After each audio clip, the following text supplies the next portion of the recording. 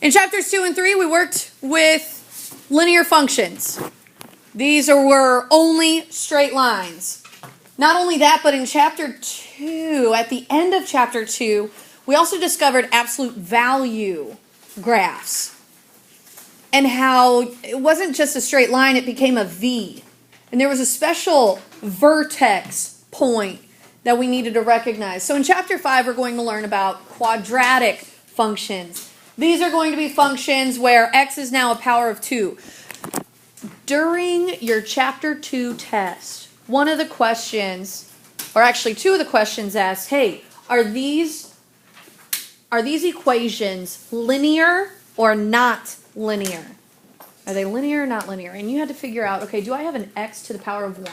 Well, now we're going to have problems where we're going to have x to the power of 2. All right. With our guided notes, you can turn the orange page now. We should now start on the first white page. So this line, nothing goes on this?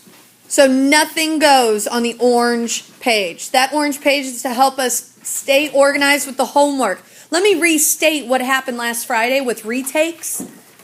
This retake of this chapter 5 quiz and test. In order to take a retake of the quiz, I'm going to have all homeworks turned in. If I do not have all homeworks turned in on time, that's fine. You can turn them in late. However, before I can trust that you're actually going to increase your grade, I have to have proof that you're not just doing this just to do this. Does that make sense? Okay. Essential question. The essential question of today is, how will I factor in order to solve quadratic equations? So let me restate that. The reason why we're starting at 5.2 is because 5.1 is all about graphing. And there's a lot of meat and potatoes you got to learn before you get to graphing parabolas. So first we're going to just start with what we definitely know from that pretest. That pretest showed you guys are more familiar with factoring than anything else in the chapter. Now, do we remember how to do it? No, that's what today is about. That's what today and tomorrow is about. So here we go. The word factor. The word factor. It's the individual parts of a multiplication process. So, 3 and 4. If you took 3 times 4 equal to 12, 3 and 4 are the factors. 12 is called a product. By the way, there's two different ways of factor. There's a noun part. So if it says find the factors, you're finding these pieces, these individual parts. If it's a verb, it's the process of turning an expression into multiplication. It's like undistribution. Some of you learned the acronym FOIL. It's unfoiling. Bottoms up. Those of you, there's so many processes out there. But it's undoing those. Common factoring methods. So GCF, we've got greatest common factor. You've got to do this first. Greatest common factor has to happen first.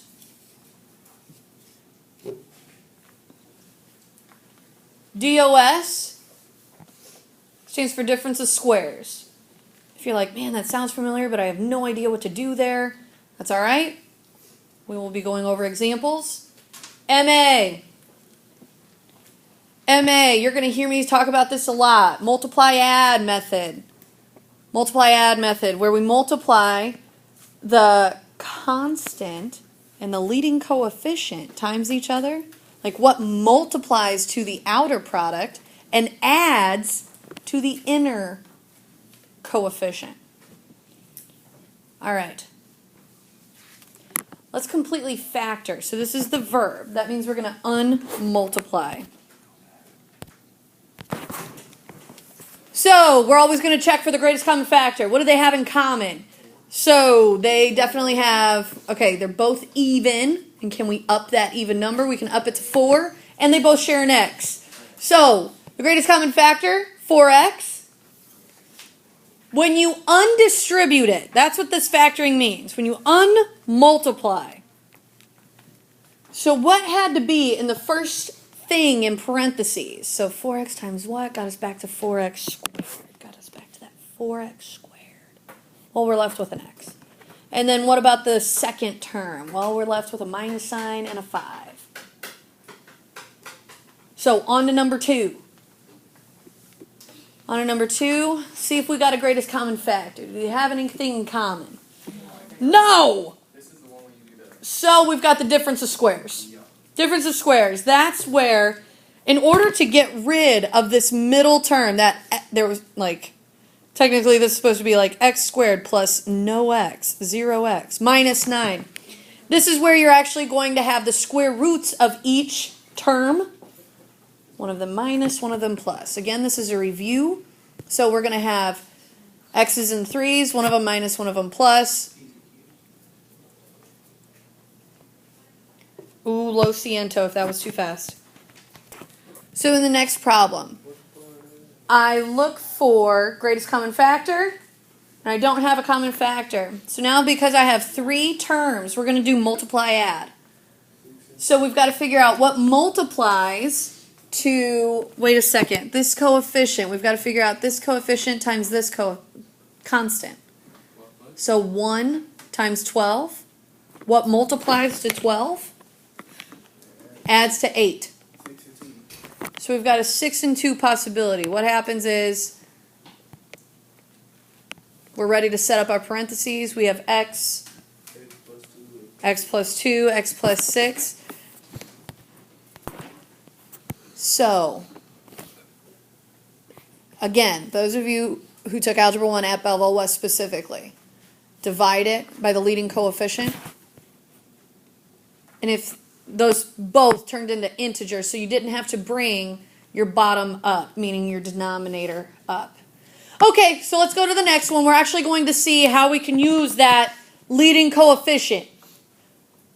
Again, no greatest common factor. We're going to use multiply add. So, leading coefficient times the constant, what multiplies to negative 30 and adds to 7. So we're looking at negative 3 and positive 10. That's the pair that'll multiply to negative 30 and add to 7. So now we set up our parentheses using negative 3 and positive 10. But this is where, again, Belleville West Algebra 1 students, you're going to put that over the leading coefficient 2. If it turns into an integer, you're fine. But if you don't turn into an integer, like the first set of parentheses here, you're going to bring your bottom up, meaning your denominator now becomes your coefficient within that factor. So we've got this zero product property rule. If you have 2 things being multiplied by each other to be 0, either the first thing's going to be 0 or the second thing's going to be 0. And we have to be ready for both situations. Both situations have to be there. So each factor is going to have to be tested to figure out, okay, what if that first factor is the 0? Or what about the second factor? What if that needed to be the 0? So if we have 2 sets of parentheses, that's like something times something equals 0. We're going to try to figure out what x is in order if I want the first factor to be the 0. Or what does x have to be if the second factor needs to be a 0? Here's what happens. You're going to have to figure out. Some of them need what we call a mini equation. Mini equation. So if this isn't clear, like 2x plus 1 equals 0, subtract the 1, divide by 2. That might take a little work. And some of them are more obvious. Maybe you could do that in your head. What minus 7 gets you to 0, and so on. But we get 2 numbers. 2 numbers, negative 1/2 and positive 7.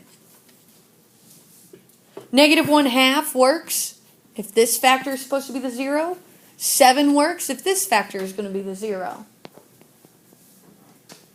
This is how we're going to use factoring in order to solve. Our essential question today was, how will I factor to solve quadratic equations? This is it. We're going to figure out what if the first factor is supposed to be the 0. What if the second factor is supposed to be the 0?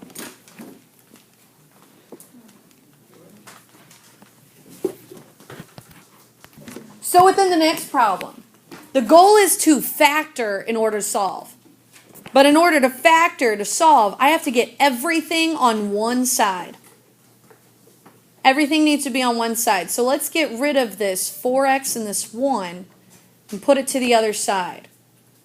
So we're going to subtract 4x, subtract 1. Everything needs to be on one side in order to factor.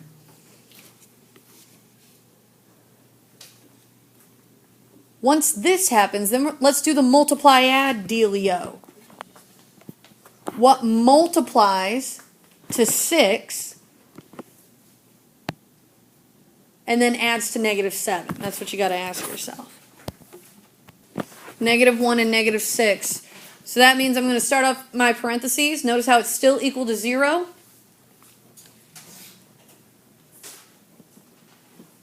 Those of you familiar with bottoms up, this is when you would have to divide both numbers by your leading coefficient, which is a 1. But they would both become integers.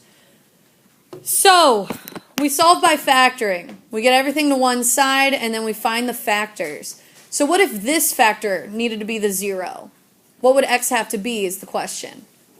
It would have to be 1. Sometimes these pieces are a little bit easier to see. What about this factor? What if this factor was the 0? What would x have to be? It would have to be the 6. So you could set up little equations to figure out, well, what if that's the factor that's supposed to be 0? Either way, you still find your answers to be 1 and 6. Now we could go back and check it. 4 times 1 plus 1. So here's the bad thing. I'm going to do a mental check. Mental check, meaning if I just concentrated on the 1, 4 times 1 plus 1, we're at a 5. We're going to ask ourselves, is that going to be the same as the right side? 1 squared minus 3 times 1 plus 7. Do we get the same thing? And we do. It checks out. So you can do that with both numbers. Next. So, in the guided notes, I'm going to want you to change your, you said -4? Okay, change your -4 to be an 8. Really? Note that I am recording. So your voice is on there. Womp womp. People in the YouTube realm. Just kidding. Nobody's going to watch this video. All right. So, what do we got to do? So we're changing that to an 8. It's fine. Nobody, literally no one's going to watch this video. All right. So, wait a second. What do we do? Notice how it's not equal to 0. We can't just say, hey, x plus 2, what if that's the 8? Or, hey, 3x plus 1, that's going to be the 8. Because it's not okay with the 0 product property. Like, what could these be? What two numbers could possibly make an 8 being multiplied? You've got different options. 1 and 8, 2 and 4. We really don't know. You could be 1/8 and 64. Those two multiplied by each other also get an 8. So there's, because it's not a 0, we've got to completely distribute and get 8 to the other side.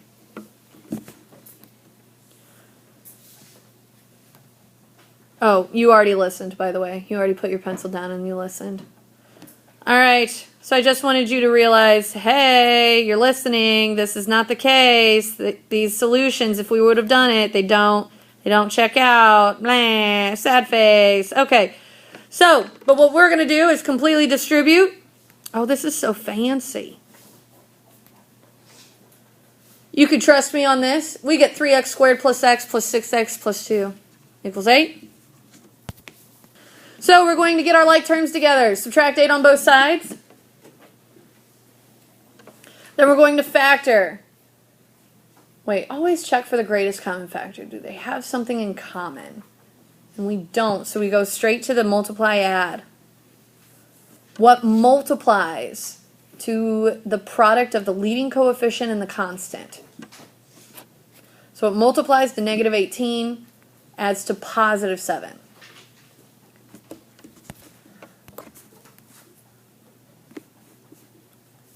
So In notes, it's going to look like the Algebra 1 Belleville West bottoms up method, where we take those numbers, put them in parentheses, but then we're going to divide them both by the leading coefficient, that 3. If it becomes an integer, you leave it, but if it does not become an integer, then you have to bring your bottom up. That was all factoring. We're trying to figure out how to solve these by factoring. So now we're finding how to solve it. If this first factor needed to be the 0, we're going to see what is going to make that first factor 0, and then what's going to make the second factor be the 0.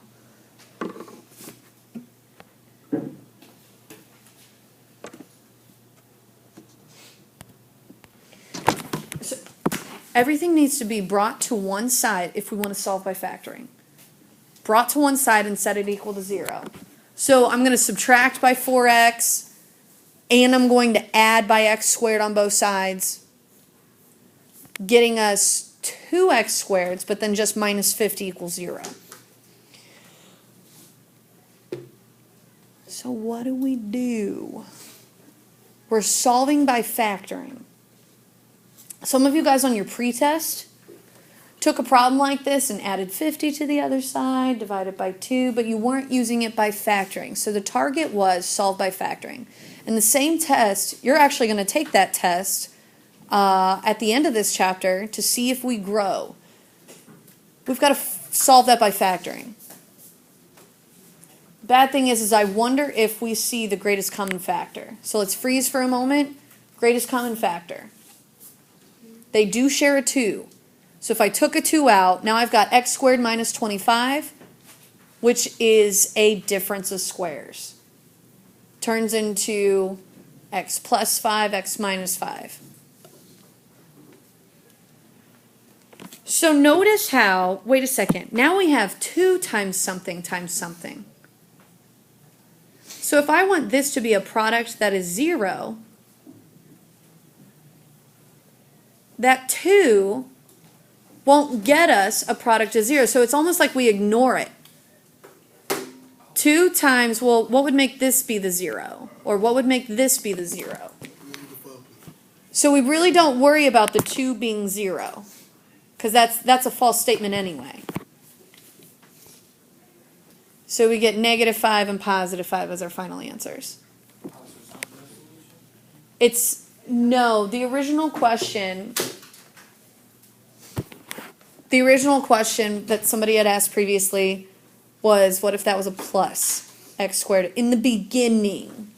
Way in the beginning. If that was a plus x squared, and we tried to attempt this, we would have been left with negative 50 equaling 0. Okay. That would have been a no solution. So those of you listening on YouTube, there was a question that you guys missed. Sorry about it. And those are our answers. We'll practice more tomorrow.